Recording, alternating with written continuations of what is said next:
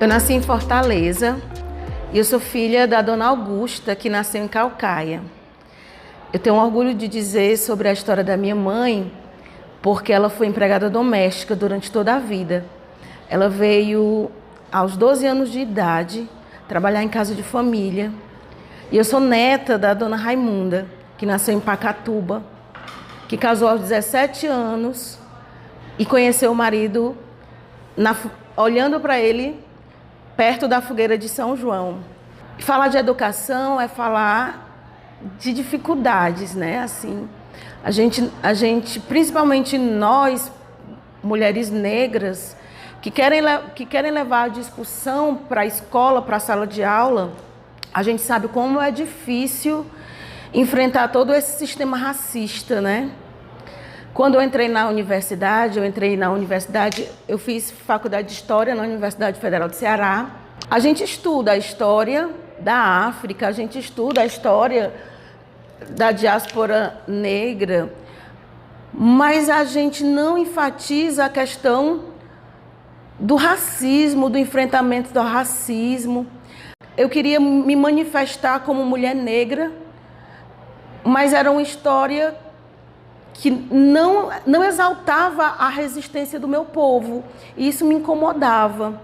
Mas quando você é adulto e você entende o que é racismo, que a gente busca as nossas memórias, é que a gente vai perceber que quando muitas vezes riram do meu nariz achatado, de quando falaram dos meus lábios grossos, que aquilo não era brincadeira de criança, que não era piada de adolescente, que aquilo era racismo, né? E assim, eu demorei para entender que a minha estética negra não era considerada beleza. E quando foi em 2015, eu lembro que eu estava dando aula e em um capítulo do livro de história, a gente fala sobre a diáspora africana. E uma aluna, a Josiele, ela levantou o braço e ela contou a situação dela.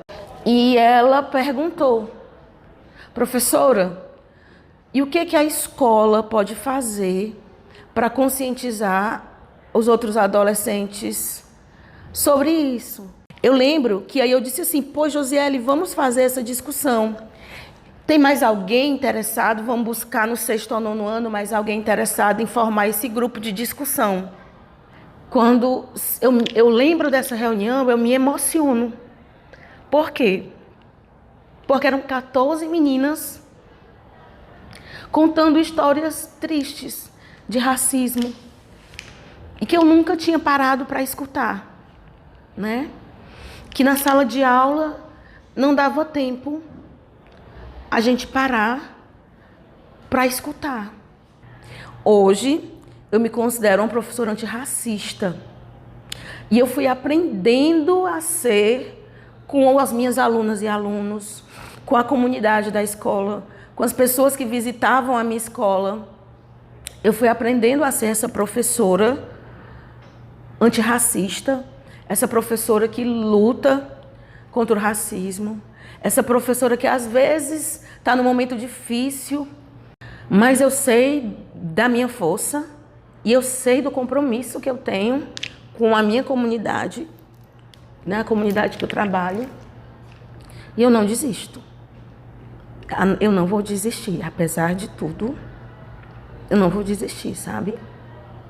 Quando a gente fala dos projetos, eles não existem.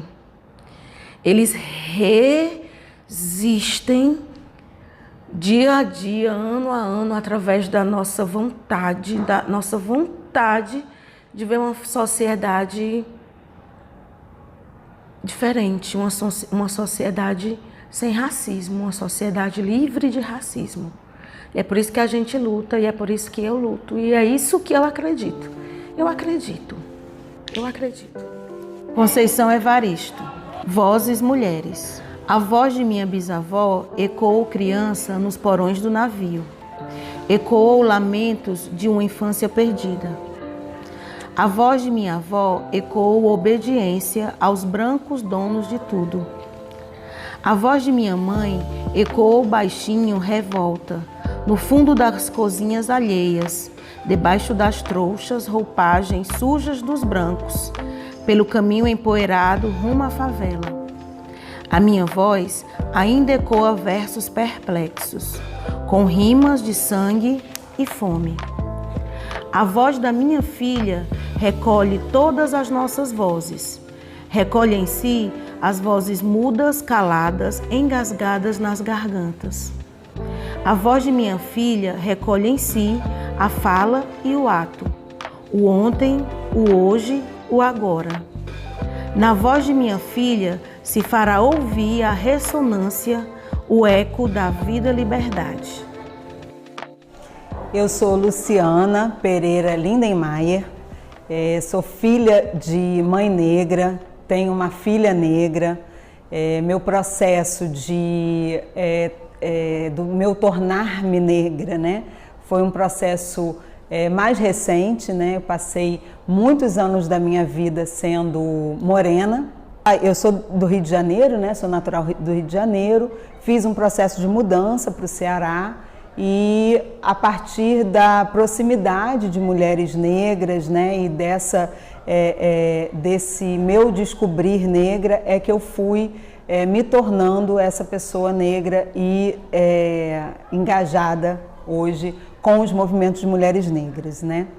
O meu processo de educação na academia foi um processo bastante diferenciado, né, nas diversas fases. Eu me graduei em serviço social, né, e depois, ainda na graduação, eu já iniciei um processo de entrada no mercado de trabalho e o mestrado veio muitos anos depois. O meu mestrado foi em Educação Profissional em Saúde, na Fiocruz, né, e exatamente por conta dessas dificuldades, né?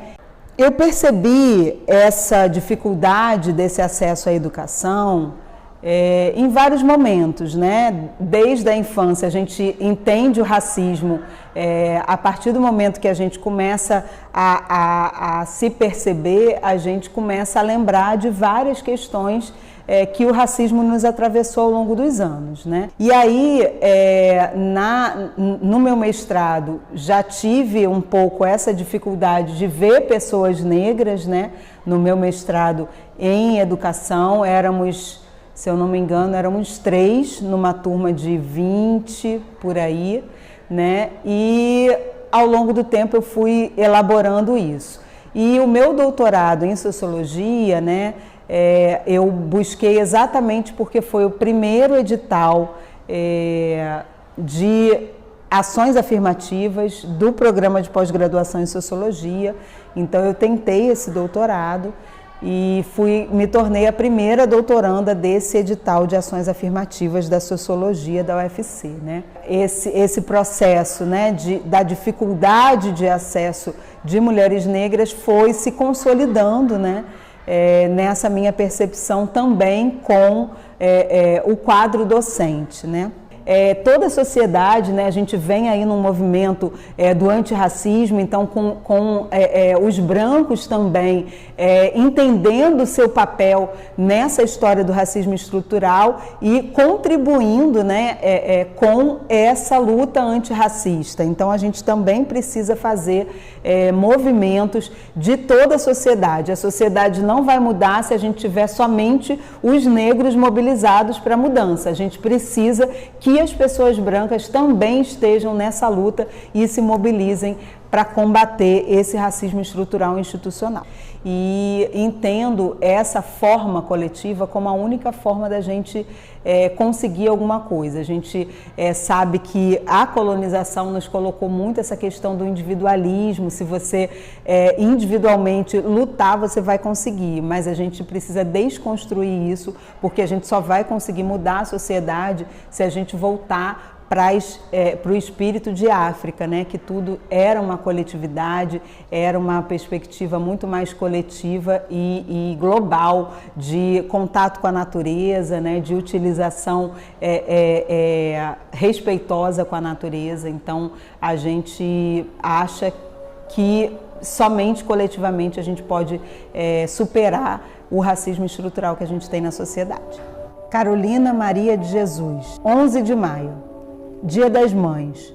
O céu está azul e branco.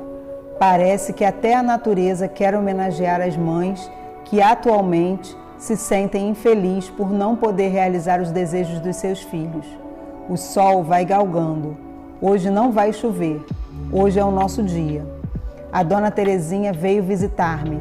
Ela deu-me 10 cruzeiros. Disse-me que era para a Vera ir no circo, mas eu vou deixar o dinheiro para comprar pão amanhã, porque eu só tenho 4 cruzeiros.